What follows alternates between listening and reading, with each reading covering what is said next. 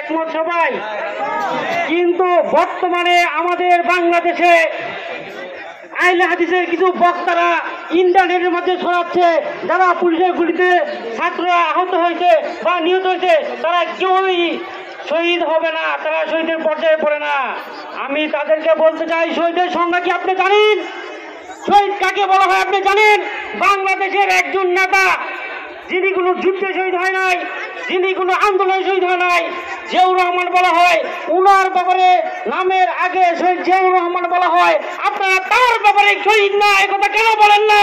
আপনারা ছাত্রদের ব্যাপারে কেন বলতেছেন ছাত্র শহীদ না? আমি বলতে চাই আপনার শহীদের সংখ্যা জানেন না। আমি এদেরকে বলতে চাই, এরকম আহলে হাদিসের যারা কুলাঙ্গার বাংলাদেশে আছে, তারা আওয়ামী লীগের দালাল, তারা ইদিকির কান্তের দালাল, এরকম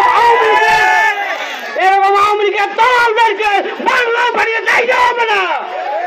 এদেরকে বলতে চাই, ইসলামের নামে আপনারা আহলে হাদিস নাম দিয়ে ইসলামের নামে ইসলামের ব্যাপারে সত্যতামি করবেন, ছাত্রদের বিরুদ্ধে কথা বলবেন, এটা বাংলার বাড়িতে মেনে নেওয়া হবে না। শহীদ কাকে বলা হয়? ইসলামকে উচ্চ করার জন্য যখন আন্দোলন করা হয়, ওই আন্দোলনে যদি সে মৃত্যুবরণ করে তাকে শহীদ বলা হয় ইসলামিক। এবং যদি কেউ ইসলামিক বিষয়ে না, দেশকে বাঁচানোর জন্য, জাতিকে বাঁচানোর জন্য কোনো আন্দোলনে শহীদ হয়, সেও শহীদ।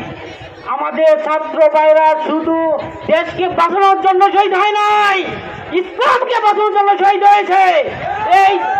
এই স্বৈরাচার সরকার শুধু মানুষের বাকশক্তি খর্ব করে নাই, তা ইসলামকেও তা তুচ্ছ করেছে। ইন্ডিয়ার গোলামি করতে গিয়ে বাংলাদেশের আলেমদেরকে তারা মৌলবাদী আখ্যা দিয়েছে। বাংলাদেশের আলেমদেরকে যেরকম ভাবে তারা কষ্ট নিপীড়ন জেল দিয়েছে, তাহলে এই ছাত্ররা যে বৈষম্যবিরোধী আন্দোলনের মাধ্যমে এই স্বৈরাচার সরকারকে বাংলাদেশ উৎখাত করেছে, এটা ইসলামী একটা আন্দোলন ছিল। অর্থাৎ এই ইসলামী আন্দোলনে যারা শহীদ হয়েছে তারা শহীদ, প্রত্যেকটি ছাত্র শহীদ। আমি প্রত্যেকটি ছাত্র গার্জিয়ানকে